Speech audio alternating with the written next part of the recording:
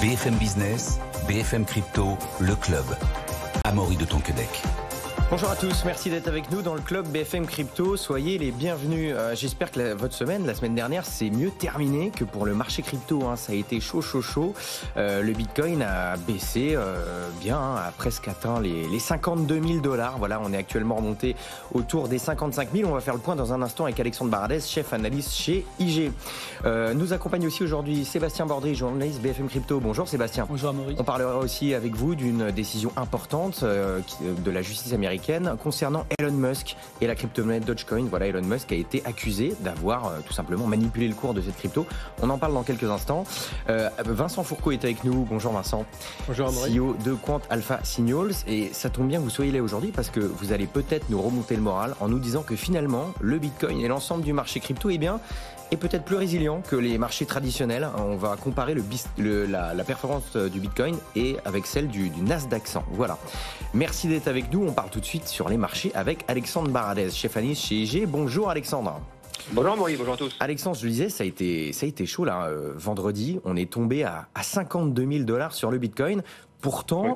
Techniquement, dans le marché crypto, il n'y a rien d'affolant qui se passe. Comment est-ce qu'on peut expliquer cette chute brutale? C'est quoi? C'est tout simplement l'emploi américain de vendredi qui a affolé les marchés? Oui, alors, non seulement l'emploi américain, alors qui n'a pas forcément affolé ce chiffre-là, mais ce qui a précédé en fait. On avait démarré la semaine avec des indices d'activité manufacturière, par exemple l'ISM, qui ressort des zones qui ne sont pas confortables pour le marché. On a des chiffres sur l'emploi, d'autres chiffres de l'emploi que le rapport, des emplois disponibles qui étaient un peu moins nombreux que prévu la semaine précédente. Donc ça, en fait, ça remet une petite couche qu'on avait déjà eu au début du mois d'août en fait, sur les craintes sur la trajectoire de l'économie américaine. Moi, je pense que ces craintes sont un peu surfaites. Ça, je pense que le marché a peut-être des craintes exagérées par rapport à la réalité des chiffres que nous voyons, mais pour autant, ça offre quand même à une partie du marché classique, j'ai envie de dire, des actions, et bien aux investisseurs, ça leur offre la possibilité de prendre des gains. Ça entretient une certaine volatilité, une certaine nervosité, où tout le monde s'interroge dans le milieu sur est-ce que la Fed va baisser. C'est ça la grosse question aujourd'hui. Est-ce que la Fed va baisser de 25 points de base ou de 50 points de base son taux à la prochaine réunion, sachant que 50 points de base, ça résonne dans l'esprit des investisseurs comme ce qui s'était passé au début du cycle de baisse de taux pré-crise des subprimes et au début du cycle de baisse de taux avant l'éclatement de la bulle Internet. C'est-à-dire à chaque fois lors de ces deux cycles-là que la Fed avait commencé à baisser ses taux, elle avait démarré par 50 points de base. Donc aujourd'hui, c'est un thème qui excite un peu le marché parce que comme la Fed a beaucoup relevé les taux et qu'elle doit maintenant les baisser par rapport à ce ralentissement économique qu'on observe, eh bien tout le monde se demande si elle va faire 25 ou 50. 50 finalement, et c'est ça qui est paradoxal, plus elle baisserait les taux la première fois, plus le marché craindrait que cela envoie un signal économique négatif. C'est ce que j'allais vous dire, Alexandre. Ouais. C'est que finalement, si la Fed baisse de 50 points de base, on pourrait se dire paradoxalement que c'est ce que les marchés attendent, c'est ce que les marchés veulent pour repartir. Et finalement, vous nous dites qu'il faudrait mieux baisser pas trop fort, juste 25 points de base, et non pas 50 tout de suite. Oui, je pense que c'est dans son plan de vol, à mon avis. C'est que l'idéal, ce serait de faire 25 points de base à chaque réunion jusqu'à la fin de l'année. Ça ferait donc 75 points de base en tout. Il y aura encore 3 réunions, incluant celle de septembre. Et ça, ce serait, je pense, beaucoup mieux perçu de la part du marché que 50 points de base d'un coup, parce que justement, ça va un message de maîtrise de la situation. Et tout à l'heure, vous demandiez, mais pourquoi effectivement, qu'est-ce qui fait que ça baisse comme ça? Parce qu'il n'y a pas d'actu spécifique sur un crypto, il n'y a pas d'actu sur les ETF, pas d'actu réglementaire, ce genre de choses. C'est justement pour ça, je pense aussi, que les actifs crypto baissent. Alors Bitcoin est quand même plus résilient là-dedans, mais il baisse quand même, parce que en fait, il épouse la trajectoire, et votre invité sur le plateau en parlera sûrement aussi, justement à court terme, le Bitcoin épouse la trajectoire des indices classiques en fait. Il a commencé à corriger là, à la fin du mois d'août, à peu près au moment que le Nasdaq. Alors les pourcentages sont un peu différents, mais le timing de la baisse est à peu près similaire. C'est-à-dire qu'en ce moment, les investisseurs, c'est une classe d'actifs désormais, les cryptos sont une classe d'actifs, Bitcoin est un actif, et bien on le vend comme on aurait vendu au Nasdaq, comme on aurait vendu dans le CAC 40, on le vend pour alléger son exposition au risque dans cette phase un peu incertaine qui précède la réunion de la Fed, mais qui, je pense en revanche, ces craintes ne sont pas débouchées sur des mouvements totalement incontrôlables dans les semaines qui viennent. Je pense que c'est un allègement, comme on voit sur certains indices américains, mais qui est justement ne dépend plus actuellement même des taux. Vous voyez, les taux américains, ils sont tombés la semaine dernière à 3,6% quasiment. C'est 100 points de base de moins que ce que nous avions au mois d'avril dernier. Donc on pourrait se dire, c'est formidable, les taux baissent, donc une pression sur le dollar, donc c'est bon pour Bitcoin. Mais comme en ce moment la baisse des taux américains, des taux longs, est déclenchée par ces craintes sur la macroéconomie, eh bien à ce stade, ça ne suffit pas à rassurer les investisseurs, et malgré des baisses de taux du marché obligataire qui sont très conséquentes pour le moment. Si on comprend bien, Alexandre, la prochaine échéance dans le mois à regarder macroéconomique, en tout cas par rapport à ce qu'on sait aujourd'hui, c'est le 18 septembre, la baisse des taux qui est quasi certaine de la Fed, à savoir, mais si je comprends bien, soit c'est 50 points de base et ça risque de faire peur au marché, soit c'est 25 et ça rassure, mais il risque de rien se passer, ça va quoi être un non-événement ? Oui, alors moi j'ai tendance à dire que ce qu'on voit actuellement est plutôt bien finalement. C'est bien que les marchés soient plus nerveux avant une échéance, si vous voulez. Je trouve ça moins dangereux que d'arriver la fleur au fusil avec des performances stratosphériques le jour de la réunion de la Fed pour avoir des surprises. C'est bien que le marché en fait se questionne avant, c'est son rôle en fait, il est dans l'anticipation.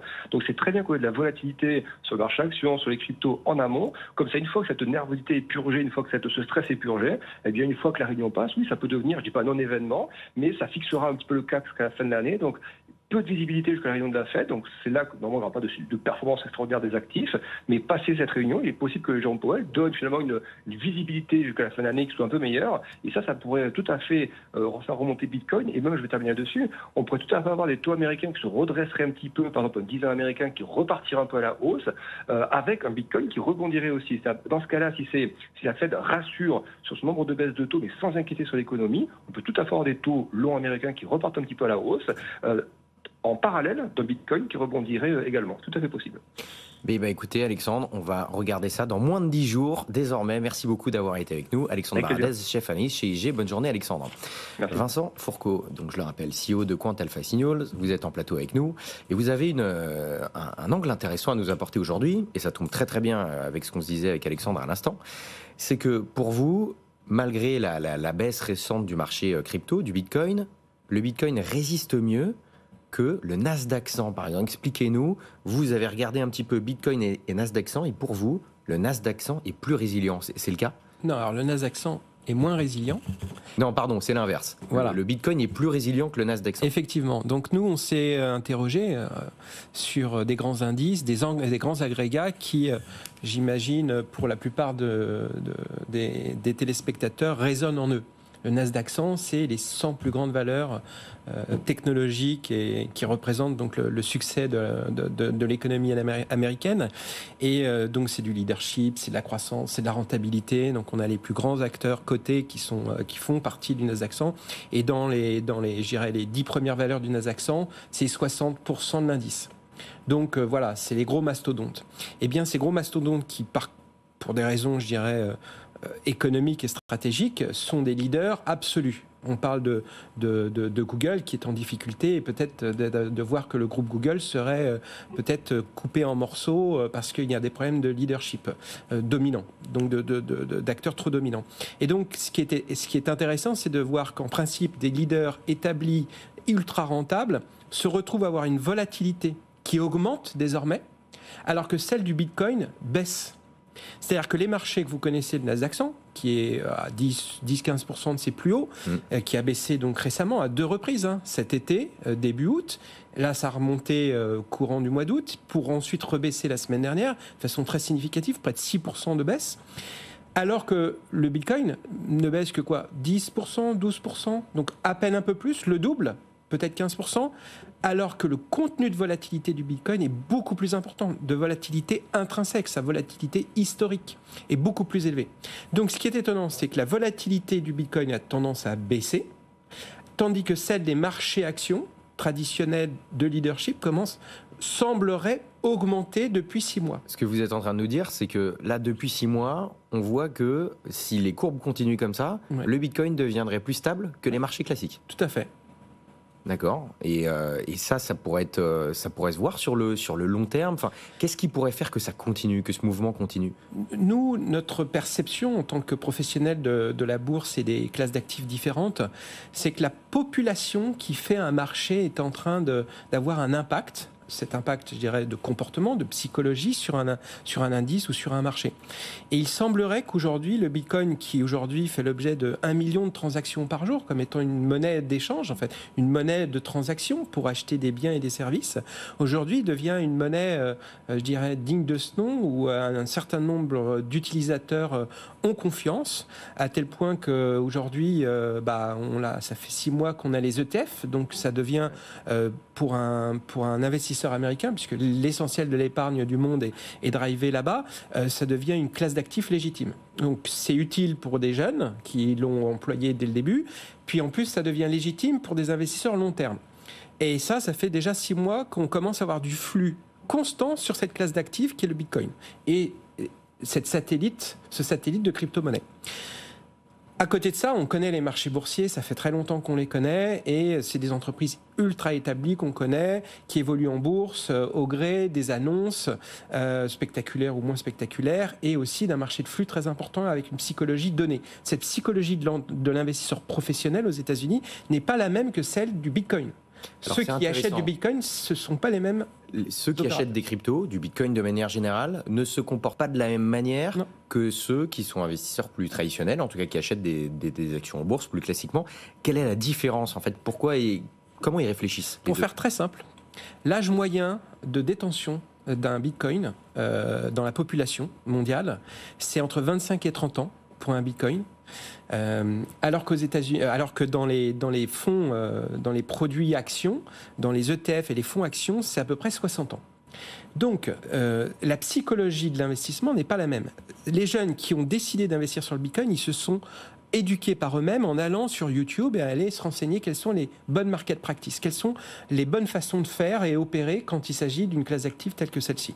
Ils ont compris qu'il fallait avoir une approche cœur satellite, les plus grandes monnaies établies, donc les plus grandes crypto-monnaies, donc Bitcoin, Ethereum, et ensuite un satellite de, je dirais, les prochaines success stories. Voilà.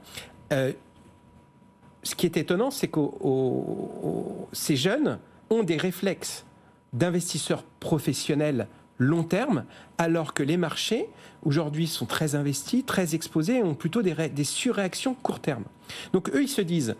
j'ai regardé une panoplie d'éducation sur Internet, sur YouTube, et en fait, on vous éduque à investir progressivement à mesure que vos revenus rentrent dans votre épargne, d'en mettre un petit peu régulièrement, et en plus, on vous éduque à profiter de la baisse. Le fameux DCA, voilà, Dollar Cost Average, qui lissait son point d'entrée et après lissait son point de sortie. Et c'est intéressant, parce qu'en fait, vous êtes en train de nous dire que ces nouveaux investisseurs-là sont plus raisonnables que ceux qui sont sur les marchés depuis des années. Ils sont mieux éduqués. Ils arrivent et finalement le Bitcoin est en train de baisser sa volatilité, alors que les marchés traditionnels sont en train, en tout cas en ce moment, à l'instant où on se parle, sont en train d'être de plus en plus volatiles. Donc, quel meilleur comportement finalement? Effectivement, cette jeune génération, depuis que j'ai quitté mes études, mais même avant, pendant mes études, on me disait que ma génération était plus mauvaise que la précédente. Force est de constater qu'aujourd'hui, quand il s'agit de bon sens, les jeunes, ils ne sont pas mauvais. Parce qu'ils appliquent des règles de bon sens. Il ne faut pas y aller d'un coup, il faut investir progressivement. Et c'est ça qui a tendance à lisser cette monnaie qui avant n'existait pas et n'avait pas de légitimité en tant que telle. Vous vouliez réagir, Sébastien Mordi? Est-ce que du coup ça veut dire qu'il y a une vision plus long terme des jeunes que des personnes qui auraient un peu plus avancé dans l'âge, notamment au niveau des crypto-actifs? Alors, comme les jeunes investissent des petites sommes, et ils sont dans une dynamique de vie qui est différente de ceux qui commencent à avoir de l'épargne suite à une succession ou suite à la vente d'un appartement ou d'un bien immobilier, ou quand ils arrivent en retraite, parfois ils se retrouvent avec un grand montant d'argent et ils le placent sur les marchés, peut-être pas au bon moment. Eux, ils partent quasiment de rien, parce qu'ils ont peu d'épargne, ils en mettent progressivement. Et comme ils ont un historique d'expérience qui est très bon, puisque le Bitcoin, c'est vrai que c'est apprécié dans le temps, de façon plus rapide que les indices boursiers, il y a eu un rattrapage du Bitcoin. Mais aujourd'hui, on peut se dire, le Bitcoin et les crypto-monnaies, c'est 3 trillions, donc c'est l'équivalent d'un Apple. Est-ce que c'est si gros? Est-ce que ça a vocation à devenir 30 trillions, l'équivalent d'un Nasdaq 100 ou pas? Personne ne le sait, personne n'est capable de le dire, mais en tout cas, c'est une réalité, on en parle tous les jours chez vous, on en parle partout dans les médias, et demain, ce sera peut-être une monnaie légitime pour réaliser des transactions, mais très régulièrement. Peut-être que c'est un service public. Et donc la relation de confiance est telle que d'avoir du Bitcoin chez un jeune, de ne pas en avoir serait une erreur. Et d'en avoir vis-à-vis de ses parents, c'est aussi démontrer une certaine liberté de penser. Et je pense qu'ils en prennent grand plaisir. Bon, et dernière question justement par rapport à ce comportement des investisseurs, des plus jeunes investisseurs. Eux, ils seraient du coup moins corrélés aux données macroéconomiques, qui sont plus suivies par les anciens, entre guillemets, mais plutôt, eux, ils ont plus un regard graphique. C'est-à-dire qu'il y a le fameux buy the dip, c'est-à-dire que dès que ça baisse, on achète, on ne se pose pas trop de questions. C'est plus comme ça que ça marche. C'est exactement ça. C'est-à-dire que les investisseurs de cette population, donc des jeunes actifs, ce sont des gens qui ont des raisonnements, ils essayent de trouver du relationnel dans des choses, je dirais, visuelles. Hein. Ils sont nés avec un portable, ce qui n'était pas mon cas. Hein. J'avais le Nokia, je ne sais plus quel numéro, quand j'étais jeune. Eux, ils sont déjà avec de l'information très visuelle. Donc la macroéconomie, les annonces d'augmentation de taux, ça leur parle pas trop. Il n'y a pas forcément une culture, je dirais, économique au sens strict du terme. Par contre, ils ont bien vu, ils constatent, en regardant des graphes, ça dure un instant, qu'il y a des réflexes. Et ces réflexes, c'est des rendez-vous qu'on a avec la population d'investisseurs. Ils ont tout à fait conscience que leur actif qui est monté à 73 000 $, donc le Bitcoin, par Bitcoin, peut baisser. Et ils n'ont pas de problème avec ça. Ils vont justement en vendre un petit peu ou attendre pour en remettre et attendre un point bas.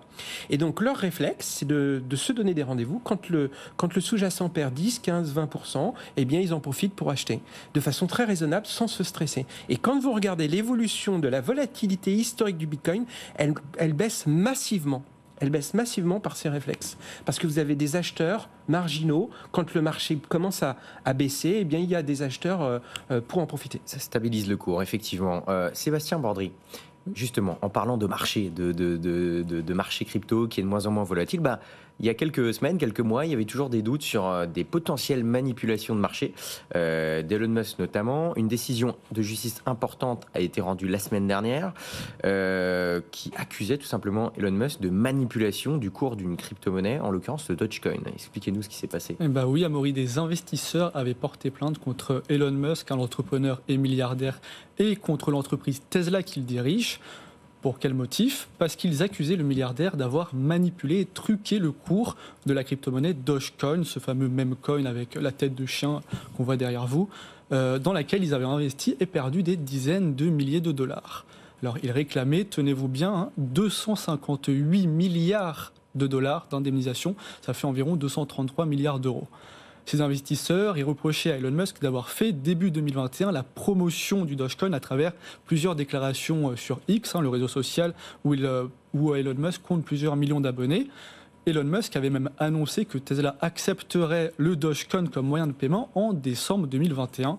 Alors, toutes ces déclarations d'Elon Musk de Tesla avaient fait exploser le cours de la crypto-monnaie de 25% en 24 heures. Bon, et concrètement, suite à ça, Sébastien, qu'est-ce qui s'est passé ?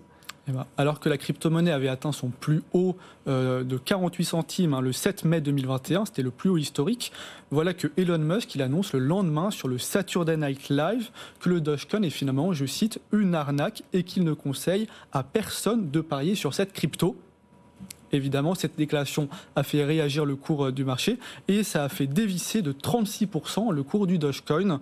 Et la capitalisation de la crypto-monnaie a été divisée par 2 et est passée à 20 milliards. Elle a perdu 20 milliards de dollars en 24 heures. Elon Musk, il a donc été accusé de ce qu'on appelle faire du pump and dump, c'est littéralement gonfler et larguer, donc d'avoir manipulé le marché. Cela consiste à faire donc le pump and dump, des déclarations enthousiastes dans le but de pousser ou d'acheter des crypto-monnaies ou n'importe quelle action, acheter à bas prix et de les revendre avec une plus forte plus-value. Donc des investisseurs, ils ont porté plainte contre Elon Musk et Tesla, mais la justice a déclaré que le 29 août dernier, ce n'était pas la faute d'Elon Musk tout simplement, si des investisseurs avaient suivi ses conseils et perdu leur mise. Le juge, il a déclaré dans cette affaire que, je cite, les déclarations d'Elon Musk n'étaient pas factuelles et qu'aucun investisseur raisonnable ne pouvait s'y fier.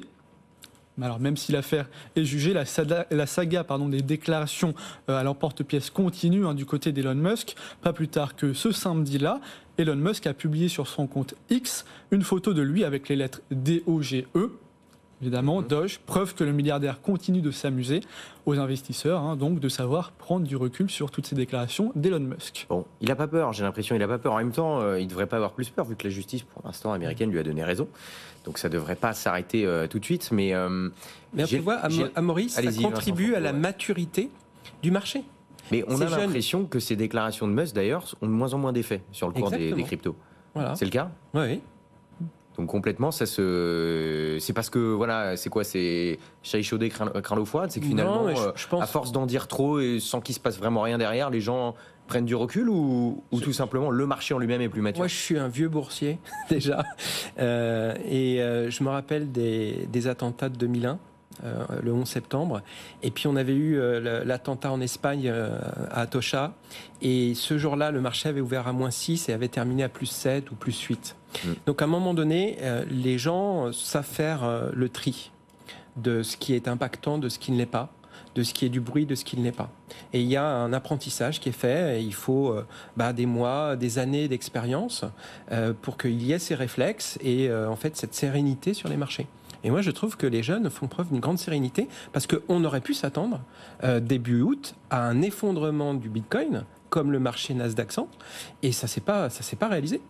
Il y a vraiment une décorrélation. Je vous invite à regarder les graphes. On est dans un canot baissier léger sur le Bitcoin, alors que le Nasdaq 100, c'est comme ça. Et on a juste... En fait, le Nasdaq 100, depuis son point bas d'avril, a perdu les 2/3 de sa hausse. Le le Bitcoin, lui, il est juste à la moitié. Mais de façon complètement décorrélée, si vous regardez les graphes. Je ne parle pas au quotidien, au jour le jour. Je parle vraiment sur des périodes d'une semaine, un mois et un trimestre. Eh bien, Vincent Fourcault, merci beaucoup, parce qu'on commence cette semaine de manière extrêmement positive. Voilà, vous nous redonnez du baume au cœur sur le marché crypto, malgré la baisse de la semaine dernière. Je rappelle, CEO de Quant Alpha Signals. Merci d'avoir été avec nous. Merci Sébastien Bordry, journaliste BFM Crypto. Votre chronique est un article qui est à retrouver sur notre site BFM Crypto et surtout notre newsletter écrite par Sébastien en ce moment. N'hésitez pas à la suivre. C'est tous les lundis chaque 18h et c'est gratuit. Abonnez-vous. Bonne journée. Rendez-vous demain 15h. BFM Business, BFM Crypto, le club.